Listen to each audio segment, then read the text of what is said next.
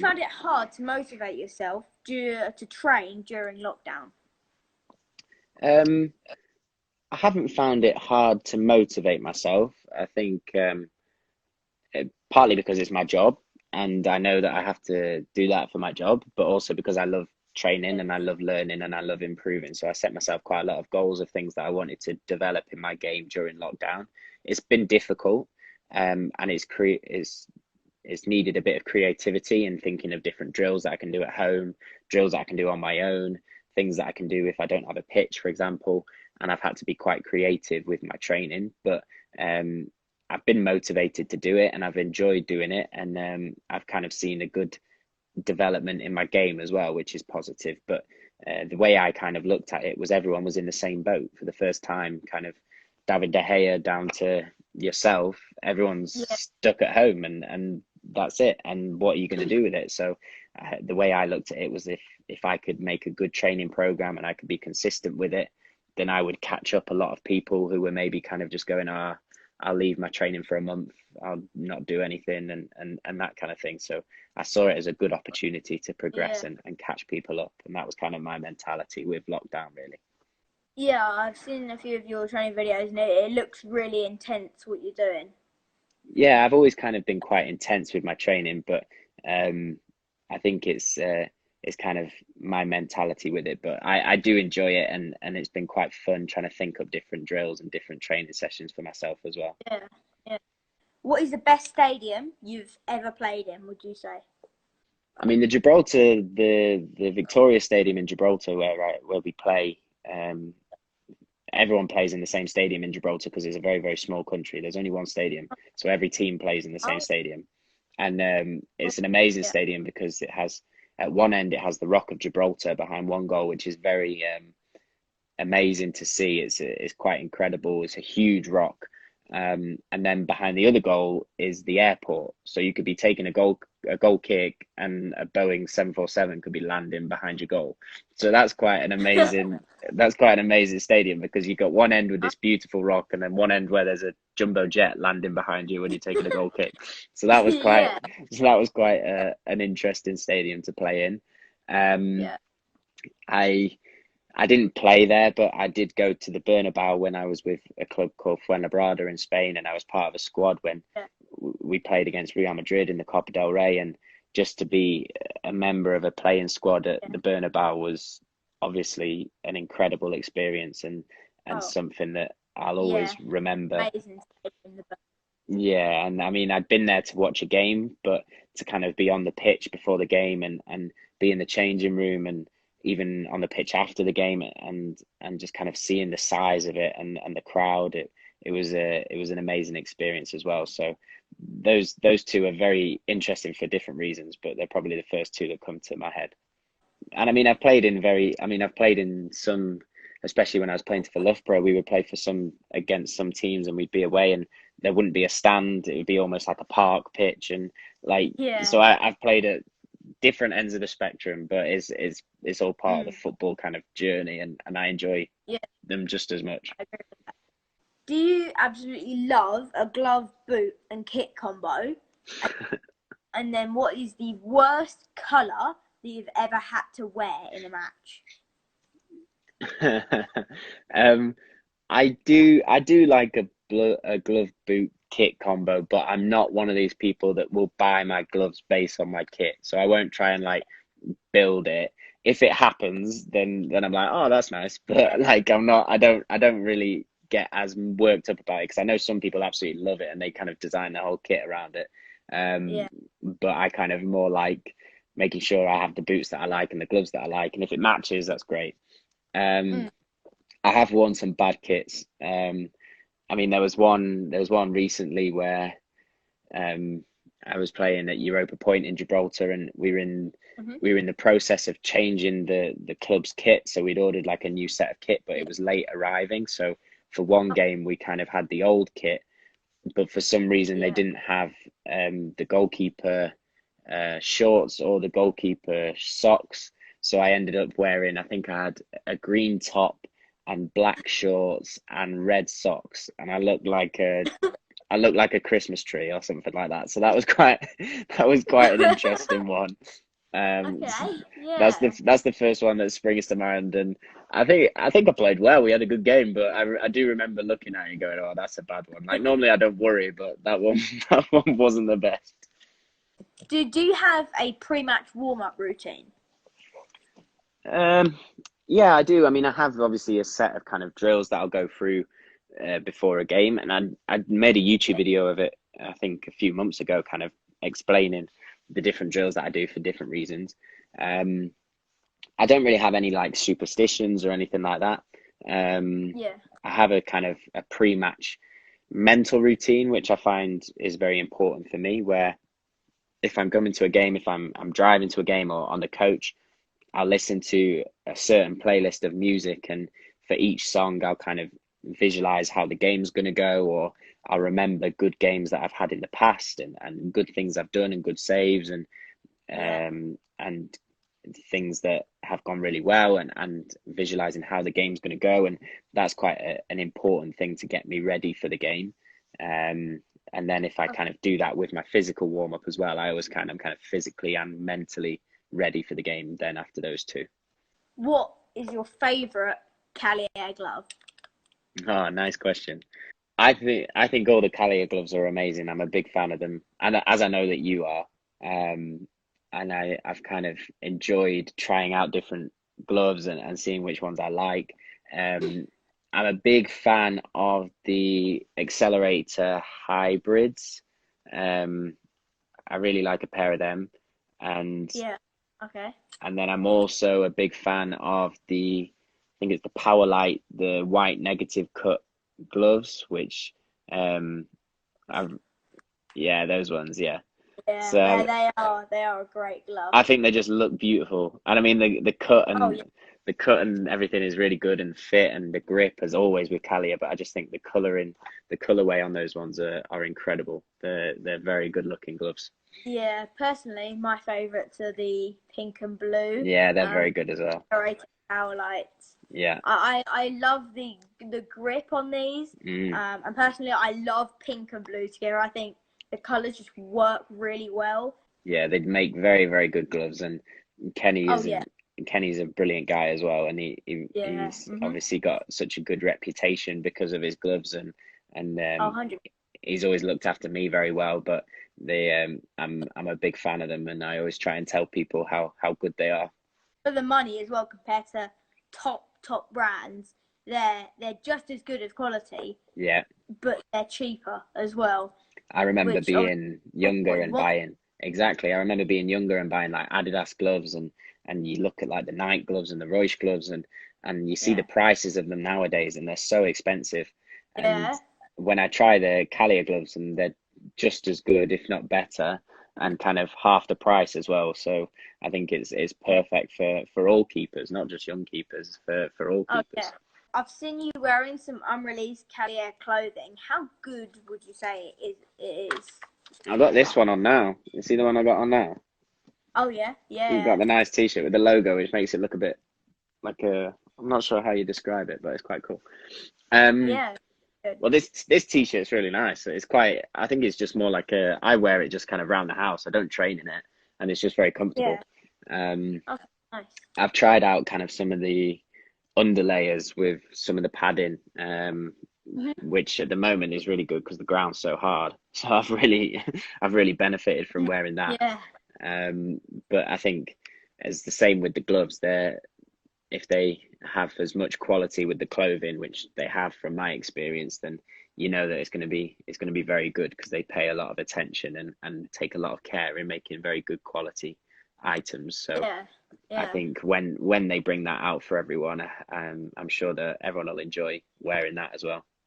Yeah, I can't wait for it to come out and to try it out. What would you say is the toughest part of goalkeeping? The toughest part of goalkeeping is creating a relationship with it yourself that isn't affected by anybody else on the outside. I Yeah, think that's something that I'm still trying to get better at, and it's something that I will always try and get better at.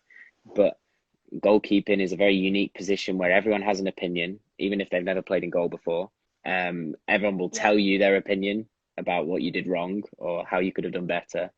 And if Yeah. you can create a positive relationship with goalkeeping where you understand that you're going to make mistakes, you understand that things are going to go wrong, but you still love it, you still enjoy getting better, you still enjoy learning and improving, regardless of all the outside noise, then I think that's kind of the perfect relationship with the position, and developing that Mhm. relationship where you have the self-confidence to do it, you back yourself, and you know that whatever goes wrong, you'll still learn and improve. Yeah. That's something that I think can take a long time to develop, but if you can, Yeah. that's a very, very good skill to have as a goalkeeper.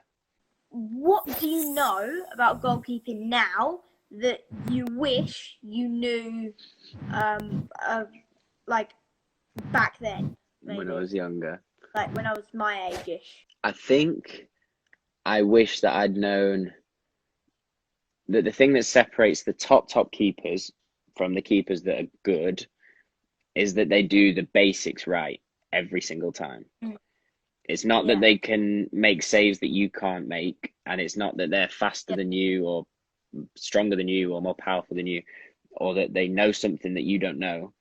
What Mhm. separates them is they do the basics well every single time. So I think if I'd have known that as a younger keeper, I would have Yeah. spent even more time doing the basics. My handling, my Yeah. footwork, my passing with both feet, not making Mhm. it complicated, but just the basics every single time and building that consistency.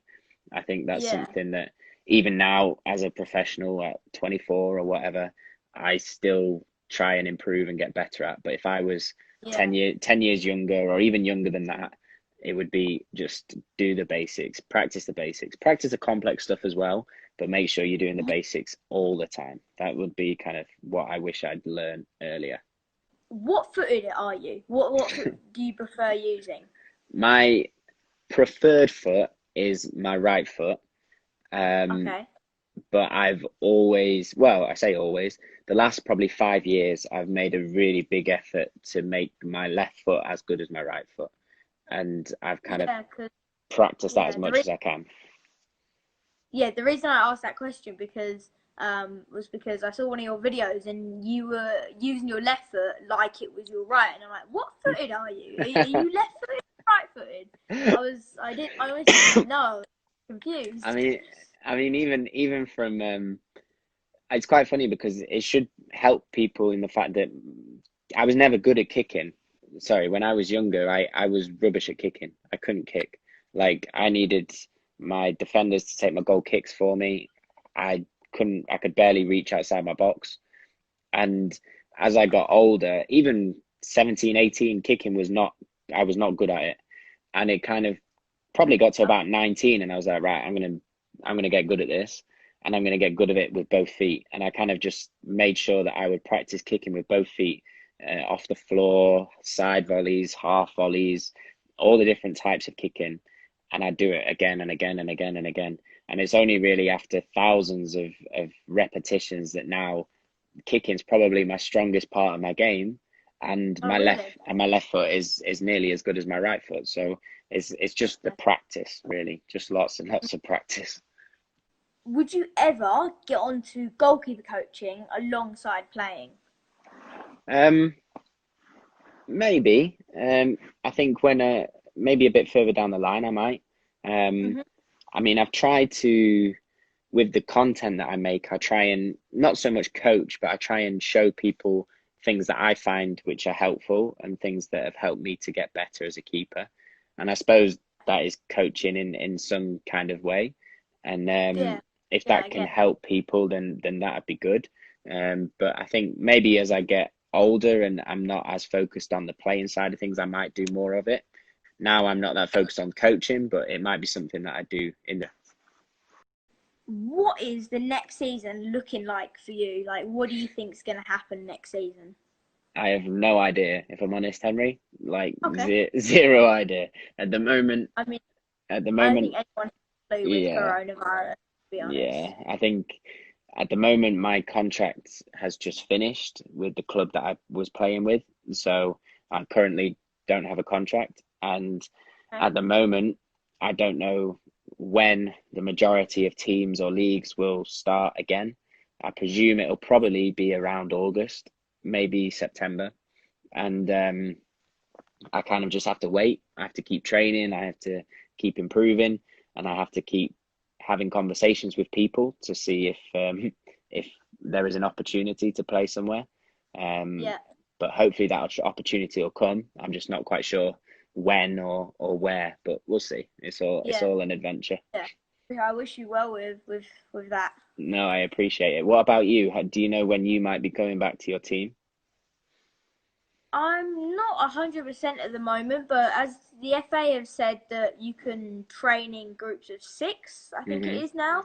So Yeah, you could do maybe my coach and 5 others, obviously still social distancing, yeah, but I'm honestly not sure when it's going to restart. It might be in a couple of weeks, it might be in a month. I'm honestly really not sure. yeah. No, it's you just have to keep doing your own training and keep going and wait for Yeah. something to happen, really. Yeah, I've started doing a few one-to-ones again Hmm. now, so I'm keeping on top of training with that as well. Yeah, good. Yeah, I mean, my dad's a rubbish coach, so that's why. I've seen some of the videos. He looks all right to me. He is all right. He is all right. Yeah. Let's do this one. Mm. Favorite goalkeeper At the in your? moment, my favorite goalkeeper that's playing is Ter Stegen from Barcelona. My one of my favorites when I was a kid was Casillas, but at the minute I love watching Ter Stegen. I think his Exactly the same. distribution really is yours the same. Yeah, exactly the same. Yeah. Nice. I mean, what you can tell me why you like him, but I love I love that he can distribute with both feet, and Oh yeah. some of his saves are ridiculous. Oh, Why do you like watching him? doesn't. I think just he's an all round amazing goalkeeper. There is Mm. nothing that I could say that I could fault about him. Yeah, that's very He's true. amazing, diving, block saves, comes Mm. crosses, the basics, absolutely everything. Mm.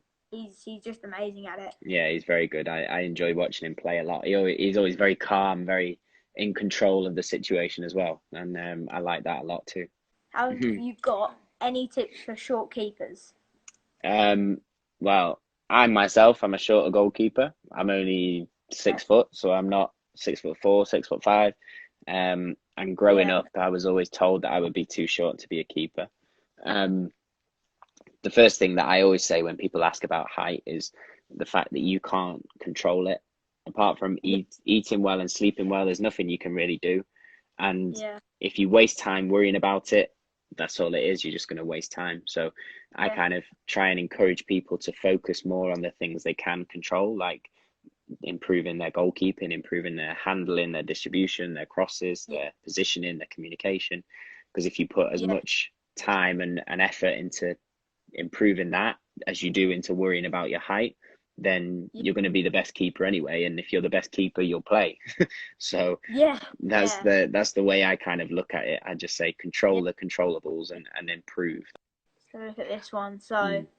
where do you see yourself in 5 years' time? So in 5 years' time, I'll Golden be said. 29, which is a little bit Yeah. scary. Um, and then I hope I'm still playing full-time football. I hope I'm enjoying my football. I hope that I've improved a lot than I am right now in terms of my level. Um, Mm-hmm. I don't really set myself a goal of I want to be at this team or at this division or this league. I just kind of hope that I've kept getting better as a goalkeeper, that I'm enjoying it, and that I'm still Yeah. playing full-time football. And if Mm-hmm. I've done that, then I'll be very, very happy. And hopefully, keeping goals will still be going. We'll still be producing content for people that they can enjoy, and Yeah. hopefully, it's all good. What about you? Where do you see yourself in 5 years? At 16, I'd say signing a scholarship Mm, for a professional team, I'd say, is sort of my goal for yeah, when I'm 16 yeah, because I feel like that's sort of the age, maybe a bit younger, maybe 14, 15 that you want to start taking it really, really seriously. I think you need to sort of start at that sort of age, I think. Yeah. So I'd probably say, signing a scholarship. That's a good goal to set, because then you can work towards it. You can try and put yourself in the position to get it and improve so that you can get there. And I'm very confident that you will be able to do that by 16. So let's do one more question. Yeah. Let's take it from Calzo54. Best team you've played against? I mean, I played all the academy teams when I was a kid, and they were all brilliant. I mean, like, I played United and City and Liverpool, and I'm sure some of the lads that are playing for the first team were playing. I just can't remember them. When we were at university, when I played for Loughborough, we played against Liverpool under, I think, 18s, and they were a very good team. We managed to win, and that was a really good game. Obviously, I didn't play, but being in the squad and watching my team play against Real Madrid, they were pretty good. Gareth. I like the way that you say they were pretty good. They weren't bad. They had some lad called Gareth Bale who was pretty good. Okay. And then that's quite surprising, you know. Yeah, he was quite a good player.